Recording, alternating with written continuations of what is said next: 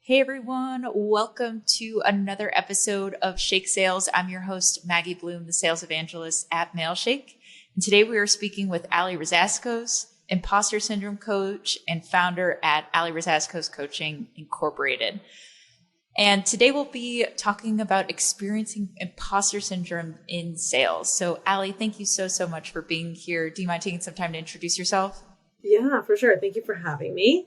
I'm Alli. I'm an imposter syndrome coach. But before that, I was in sales for about 15 years and spent a lot of time at Salesforce. I was at Salesforce for 8 years.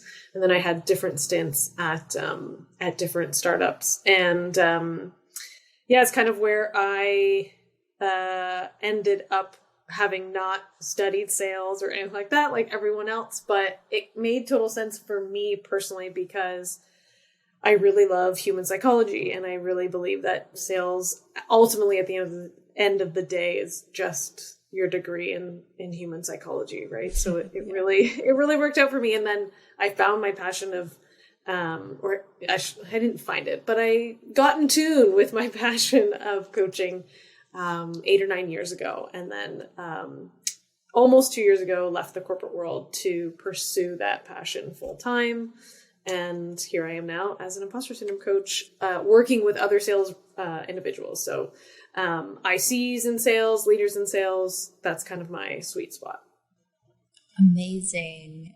Yeah. And it's human psychology, like you said, at the end of the day. And I bet a lot of those skills that you learned in sales have helped you out with coaching now in a totally different light.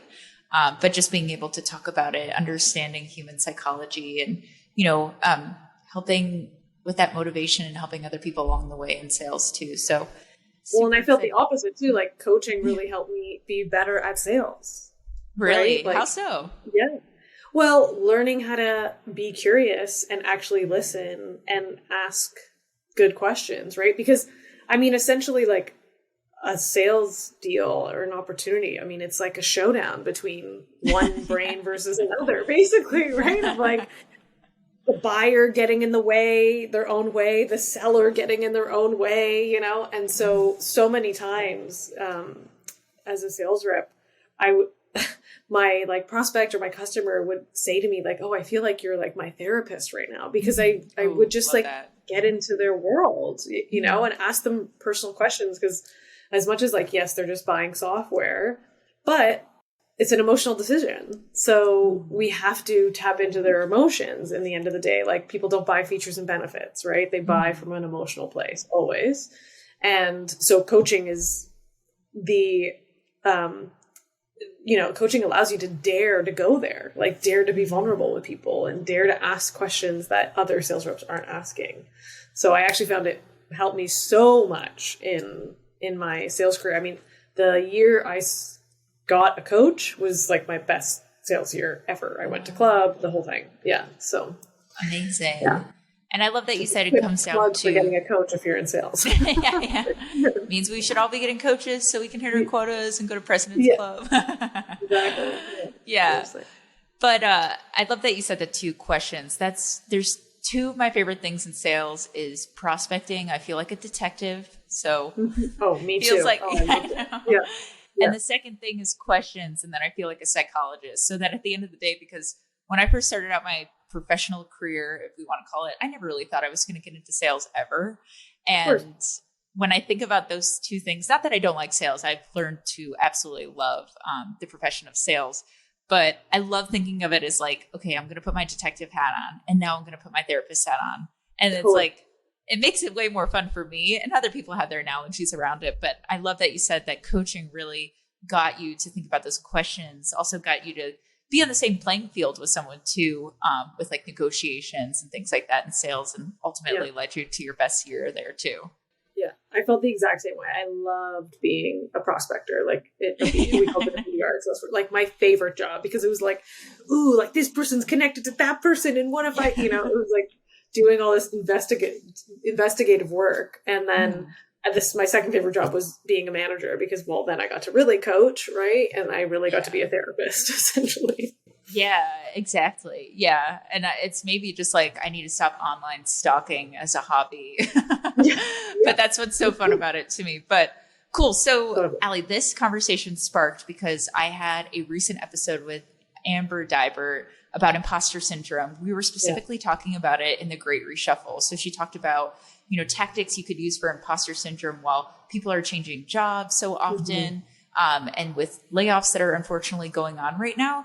And one thing that led us to the conversation today and where she had referred me over, which I'm so happy she did, is she said that imposter syndrome is when you are in your sweet spot. But what I kind of pointed back at her is like, how do we always know that? Like, are we really in our sweet spot, or are we feeling imposter syndrome, because we need a change or that something else going on there? So the question I have for you is, what happens if we aren't in our sweet spot, and what is imposter syndrome telling us there?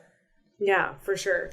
I think that there's different flavors of imposter syndrome, right? And I don't think Amber's wrong, but I think that's only one flavor of it, right? Yeah. Like, I think what she was probably trying to point out is, of course we're going to have self-doubt when we start new things, but you're starting something new. So the opportunity for growth and, all these things is present. So, if you're someone who really craves growth and that sort of thing, then great. You're right in the space. You're right in the sweet spot. Right. But then there's the other flavor of it, which is kind of where I take a stance, or I kind of really dive in, which is that, I think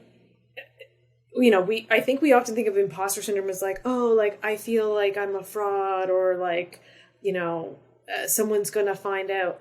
But for me, my imposter syndrome was true in the sense of like, I was being an imposter in the sense that I knew that what I was doing wasn't what I actually wanted to be doing. And that I was putting on a mask every day and showing up and, putting on the show for everyone that I like wanted to be there, and that I, had all my shit together. Sorry, I don't know if we can swear, but no, you can.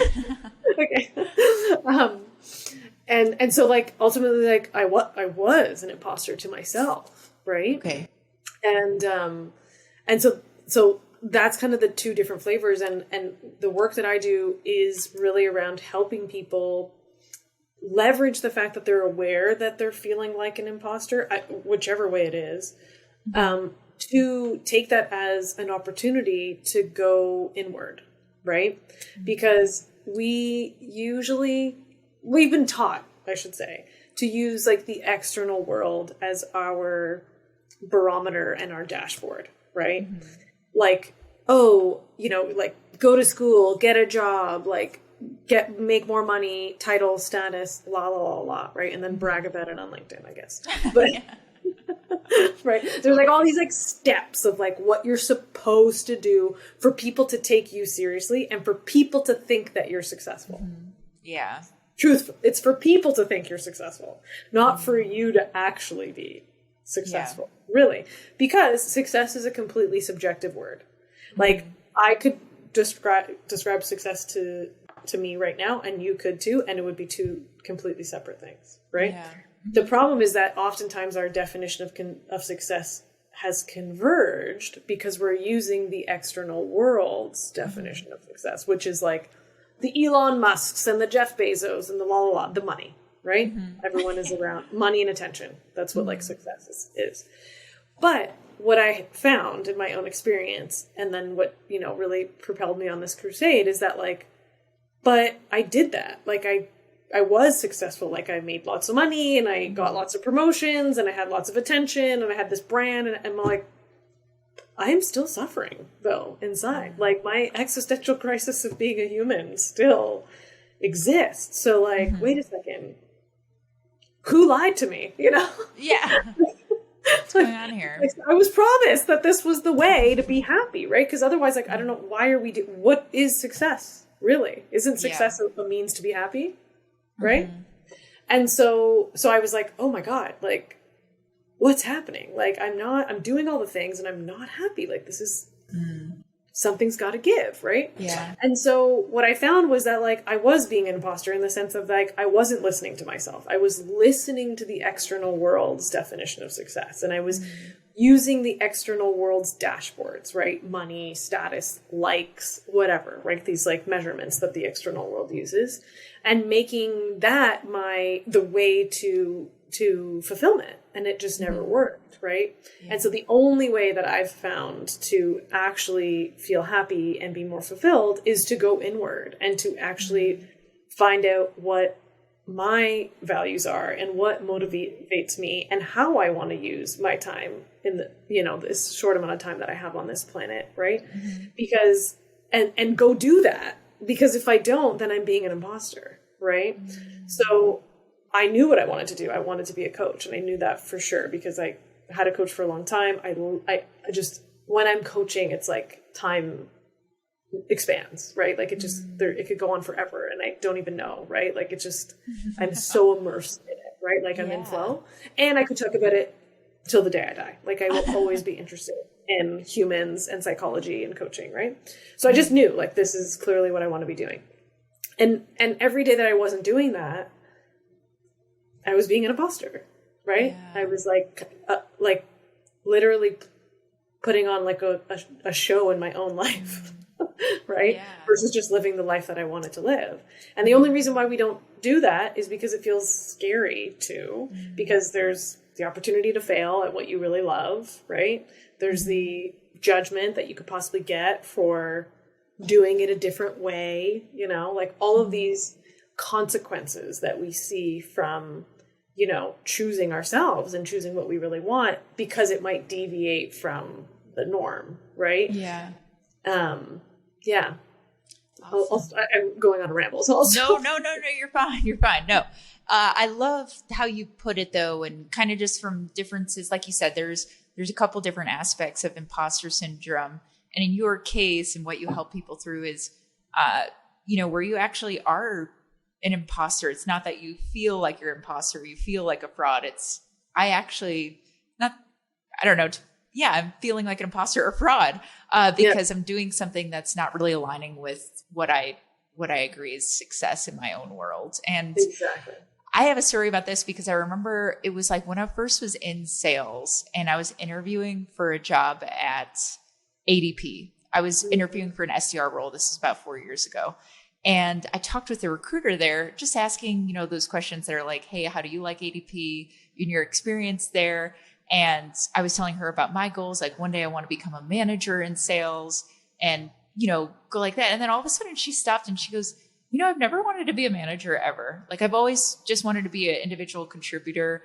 I have a family at home that I manage basically, and I don't want to do that at work. And I've been a recruiter for the last 10 years here, and I absolutely love it. And like, it was so shocking for me to hear that because I was like, that's amazing. Like I keep getting told like, hey, you're going to become a manager one day, or the next step is becoming a manager. And everyone sitting next to me when I was an SDR at my job at the time was on track to be a manager or want to become a manager. And I think like, it just made me kind of start realizing some of these things that you're talking about. Not that it became easy for me to think like, okay, well, I don't want to be a manager anymore. Yeah. But it made me realize like, wait, that person's like living their life. She sounded so happy about where she was at. Yeah. And, that was never in her picture of success. And it came maybe from different things where, it's just like, I don't know, it shocked me. I still remember that conversation. Yeah. Yeah. Mm-hmm. Yeah. And I think what was shocking about it is that she like deviated from the norm, right? And she was following her own path and not this path that like we were handed out when we were born of like, okay, this is what your life is going to be like if you want it to be successful, and just follow these steps. Right. And that's inherently why people don't deviate from it too, is because there is no steps to the other path, which is, starting your own business or, doing your own thing. You have to make it up. And people really like certainty. I mean, like it's just like a universal need that we all have, is to feel certain and to go out on your own. Like I did, almost 2 years ago. I mean, I got so much praise and like so much, like everyone was like, oh my God, like this is insane. Like insanely cool for you, but like people were just like over the moon about it because it was finally like a representation of like, oh my God, like you could do that. Like you could just leave and do your own thing. Like I'm allowed to do that. Like, it's like this permission thing. Like, we don't even give ourselves permission to do it because of the fear of uncertainty and failure and all these other things. Yeah. And I like how you were talking about it. It's like, it's almost like stripping down anything that we were told, or these paths that we were told of like, hey, this is what success is going to look like for you. And just realizing like, okay, what do I actually want to do? Like, how do I want to fill my time every day? Things like, I mean, it's a lot more complicated than that, but at least thinking about it that way. And that's what sparked from that conversation I had. And just going into it, I know you were talking a little bit about your experience, like one of your last years at Salesforce, it sounded like. Because I know you had brought this up a little bit right before you switched over to, or you had worked in some startups there, but you said when you hired a coach and you were working at Salesforce, it actually ended up being, you know, your most successful year, but you were still feeling like an imposter. But, you know, how did that experience really help to where you are today? Well, I think what's funny is like, yes, I had my most successful year as an AE, at least at Salesforce. And like, listen, was that cool? For sure. Like, that felt amazing. But lasting fulfillment and happiness? Absolutely not. Like, that dashboard refreshes real quick, you know? And that's the other part of it, is that like, you know, like understanding what the goal actually is, right? So I call myself a hyperachiever. It derives from what we call saboteurs in the coaching world, which is like our self-sabotaging thoughts, right? Okay. So my saboteurs, like my gremlins inside my head, or my inner critic, I'll call it, is this hyperachiever telling me that like at all times I need to be productive and I need to be the best, and achievement is what will make me feel enough, right? Yeah. And so I did it. Like, I reached that mountaintop, and then I realized, oh my God, like, now what? And you just create another goalpost, right? And it keeps moving, right? And so how that experience really helped me kind of come to today was that I think we're all stuck in that trap, you know, of this like thinking that achievement in itself will bring us lasting happiness, right? And like, listen, obviously we want to achieve things, of course, like, we want to grow. We want to like produce things, of course. But it's the misguided belief that it's like our salvation, right? That if we achieve, then we will be, all of our problems will go away, right? And so what kind of brought me to you know, this point today in my coaching and whatnot, and what I help my clients reframe for themselves is I don't believe that achievement is the thing, literally from experience of knowing that it didn't work for me. Maybe it does for people. I don't think so, because I mean, the richest people are often the most miserable. That's kind of like a proven fact, right? So what I help them reframe is it's not about achievement, which is kind of just feeding your ego. Yeah. It's really about impact. And impact I kind of break down into two things, which is like growth and community. Okay.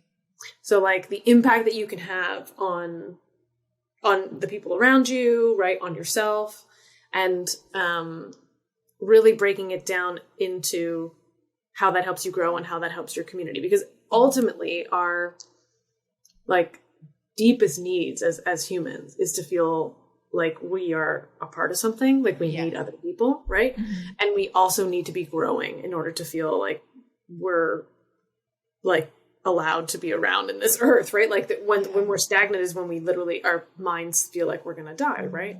And so if we can make it about that instead of achievement, that like biologically speaking will satisfy us for longer, because it's literally satisfying these deep, deep needs that a human has. Whereas like the need for achievement is all just your ego.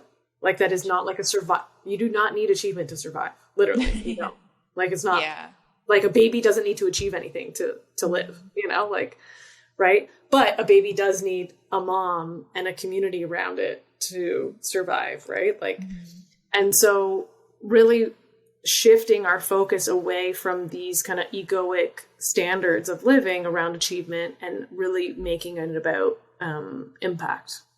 And so that's what I really help reframe for my clients who are, I call myself a workaholic. So are all of my clients, right? Because we become addicted to our productivity as the measure of our self-worth, right? Yeah. Because the more you can produce, the more you can achieve. So, and it all just feeds itself, right? Yeah. Yeah. And we're focusing on, I love what you said, impact, not achievement. Mm-hmm. And I think that's a really hard thing for sales reps to do, especially when we have these metrics, these different milestones. And it's really one of those things where I've been in college sports before where everyone always says like, hey, the greatest funnel for a sales rep is college sports, and I used to be a sales recruiter at some point. They were like, look for people who played sports before, were part of whatever. And, it's because you have like, I'm trying to beat my own time. I'm trying to, hit the leaderboard, things like this here. Yeah. So especially, okay, let's talk about this in a remote perspective. And I just want to know, like, for a sales rep listening to this right now, who's working remote, what's like one thing they can do to shift their mind from like, hey, I need this achievement to focusing on impact? Because I think impact can be harder from those two things you said of the community aspect. And there's definitely ways to build community and feel part of a community online. Mm-hmm. But yeah, what's one thing that a sales rep can do to kind of shift like, okay, I'm not going to focus on achievement. I'm going to focus on this impact that they could do today. Yeah. Well, I think there's a couple things that are coming to my mind. And, I want to say like up front that like, listen, the sales world is like the hardest because everything is measured on achievement. Right. Yeah. And like, it's no shock that like the best sales rep that you want to recruit is a competitive athlete, right? Who is also driven by that egoic part of ourselves that wants to achieve and wants to be the best. Like, yeah, we're feeding into each other's insecurities, right? Like that's honestly what the sales world ultimately is like, ooh, this person has a chip on their shoulder and thinks that they're not good enough. Perfect salesperson, right? Yeah.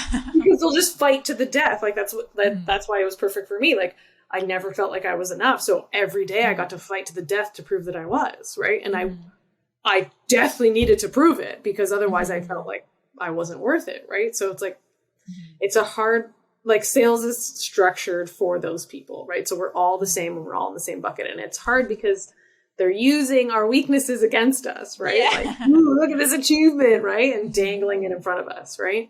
So it takes like Herculean effort, like quite frankly, to switch the focus and to not let the dashboards and all of the measurements and achievements not get to you, right? Like it's to some degree, it's impossible because you're taking in that information every day, right? The only way to not is to not be in it, right? And I'm not saying that you need to quit sales in any way, but so what I did, right? Because I truly love sales. Again, I get to be an investigator and a therapist at the same time, right? Mm-hmm. And so one of the ways that you can reframe it around impact, right? And not making it about achievement is making it about building different skills, right? So like I never actually went to school for psychology. I went to school for languages.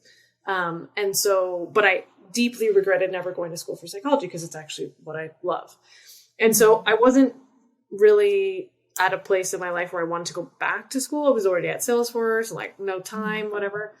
And so I switched my focus away from like needing to be the best sales rep in the entire world, which like not a thing, like who would measure that? I don't know what scale we measure that, right? Like, and so we just have to like throw that out as not even a real thing. And I switched it to like thinking about my job and my interactions with every customer and prospect and whatnot as literally like my master's in psychology, right? Like switching the focus from like, what can this experience bring me other than the need to prove myself, right? So for me, it was like the skill building of like, I am literally getting my master's, maybe even my PhD in psychology at this point from like literally interacting with humans every single day, but interacting in a way where I have to like guess and like know what they're going to think and say and persuade them. And like, I mean, it's literally psychology, right? And so I made it about something else for myself so that it wasn't about achievement and it was more about the impact that it was having on my future, right? Like if I'm getting my master's in psychology right now through this experience that I'm having, that's going to set me up to be a coach one day and to have, you know, the experience and the skills that I need for that. So that's one way to think about it too, right? Mm-hmm. And I think the other subtle mindset shift is, you know, now I'm not in the sales world, but LinkedIn is like basically my sales world, right? Because that's where I post content and that content creates leads and, you know, obviously so on and so clients and so on and so forth. And, you know, there's two mindsets that you can take to it, just like in sales, right? It's like you look at this person as like someone that can make you hit your quota or miss your quota, right? And you're going to bring a very different energy to that person because it's like make or break for you. Or you could look at it as, how can I connect with this human on the other side of the line? Like, how can I make this a moment of connection and community versus about my ego, my achievement, my need for, recognition and all that kind of stuff, right? And I even see it with myself on LinkedIn. I've been doing that journey for almost 2 years now too. And, you know, I can fall back into that mentality of like, this is a business and like, I need to get clients and, you know, and it doesn't work. Like in the sense that like that desperation never breeds fun for you or more of what you want, right? Yeah. Or for the other person too. Of course. Yeah. They don't like it as well too. Yeah. Yeah. And when I'm just like natural, like all of my best friends are from LinkedIn. Like I have such a big community on LinkedIn and I truly love them. And when I'm focused on that is when people just like show up and like are dying to work with me, right? Because it's like my energy is so different, right? So I don't know, but those are two tips I guess I would give in terms of thinking about how to switch the focus, right? Make it about something else for you. And then also make it about connection and community. Yeah. I love those two things. And like you said, the growth aspect of it. So growth doesn't mean like this achievement. When you get this promotion, that's achievement. That's not growth.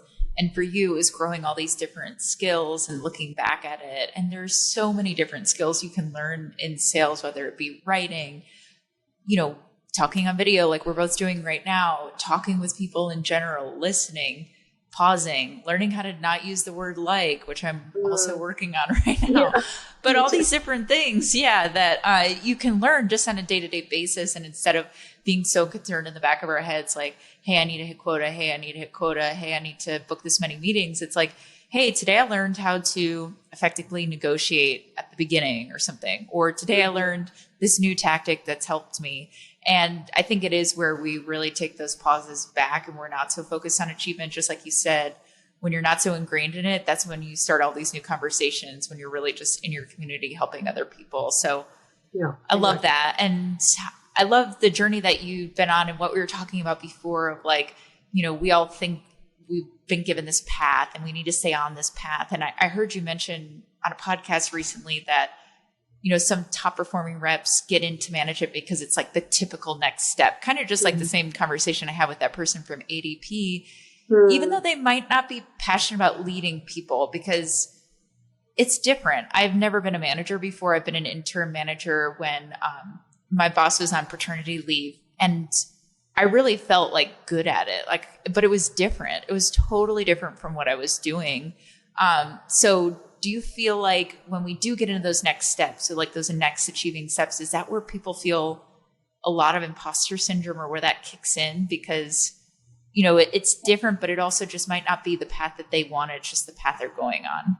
Yeah, exactly. I think it's both, right? It's like if starting any job, you're going to feel some level of self-doubt because there's just a lot of unknown, right? Like, I mean, that's just like literally the natural way of how your brain operates because your brain is always looking for certainty at all times because your like limbic system is like, am I safe or am I going to die? So it's always scanning to make sure is safety available, like here, present now, or am I going to die, right? So when we don't know what we're about to get into, your brain's like, like, cause our brain, processes like social threats as like looking stupid or whatever, as if you were going to die, right? It's like, it's now like merged. The whole physical physical danger is the same as like social danger and emotional danger. So when you don't know what you're about to go get into, your brain's just like, oh my God, like this is unsafe for us, like abort, right? So it's just your brain doing what it's supposed to do, right? Trying to keep you safe. So that's normal to feel like the self-doubt. But I think, totally the whole manager thing, especially, is like the path, right? Like you are more successful, I think, is what we think, if you become a manager. And that if you never become a manager, that means you have not reached the pinnacle of success.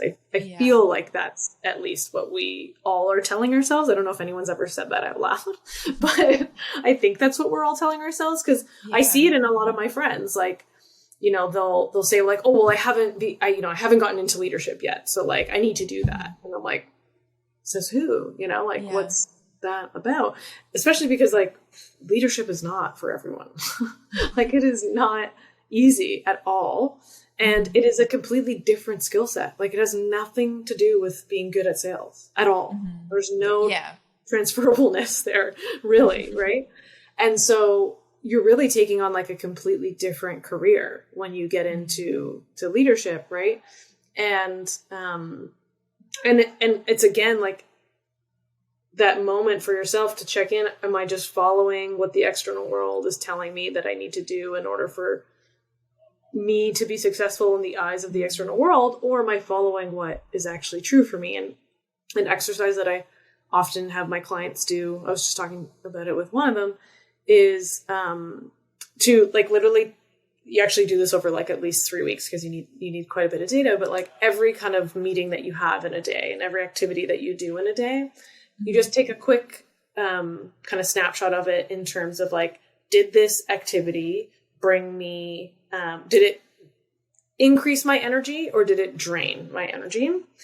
And was I fully engaged or not really engaged? Like, was I like looking at other tabs and like trying to do other shit during this thing? Or was I like immersed in the activity? Right.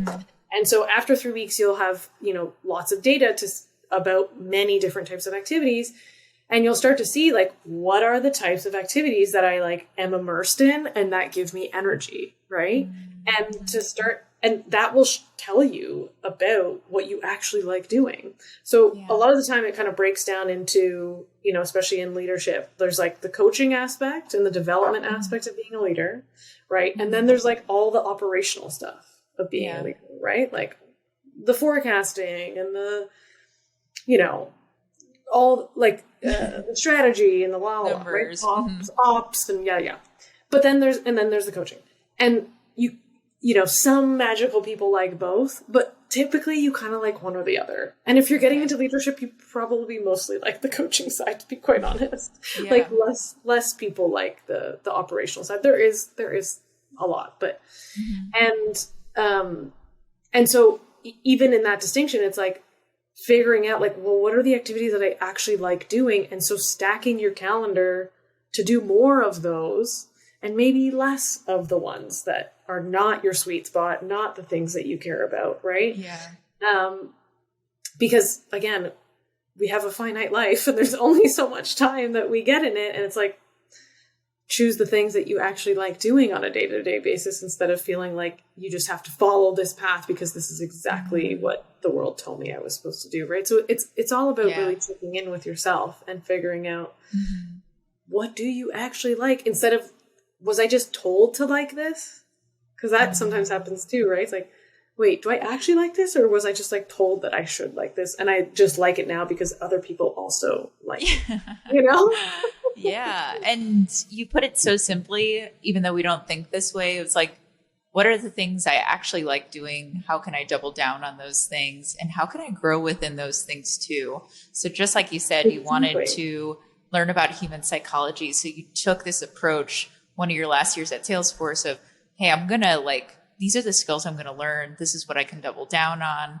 And I think that's amazing. And I think that's where, we we process like celebration around achievements. Cause like obviously when someone becomes a manager, that's like a congratulations, which that's great. I mean, there's a lot of milestones in our life, like you said, that there's achievement out there, but that's not really what's motivating us. It's that growth behind it. So I think we need to like congratulate people or celebrate wins from like the growth perspective or being parts of community and having those in between. And I feel like we need to start congratulating ourselves for doing less. Like, it's like, I'm in for that. Congratulating someone if they like take a vacation or like take the day off, right? Like instead of being like, like, are you sure that you need to take this day off? Right? And I mean, that's like an entire culture shift, but that's kind of like the world I'm trying to live in now with like my community and my clients, which is like them doing less is a Herculean moment because it's actually really freaking hard to do less and be okay with doing less. It's like really uncomfortable. Okay. Feeling okay with doing less. Yeah. But that's amazing. And I hope we get to that space and we're in communities of that space where we can congratulate people for doing less and, just having it as a norm. But Alli, it's been such a pleasure talking with you today. And I could talk to you about this stuff forever because it interests me totally. But where can people learn more about your coaching, some services that you offer, or just learn more about you in general? For sure. Yeah. I hang out most on LinkedIn. So Alli Rizacos on LinkedIn.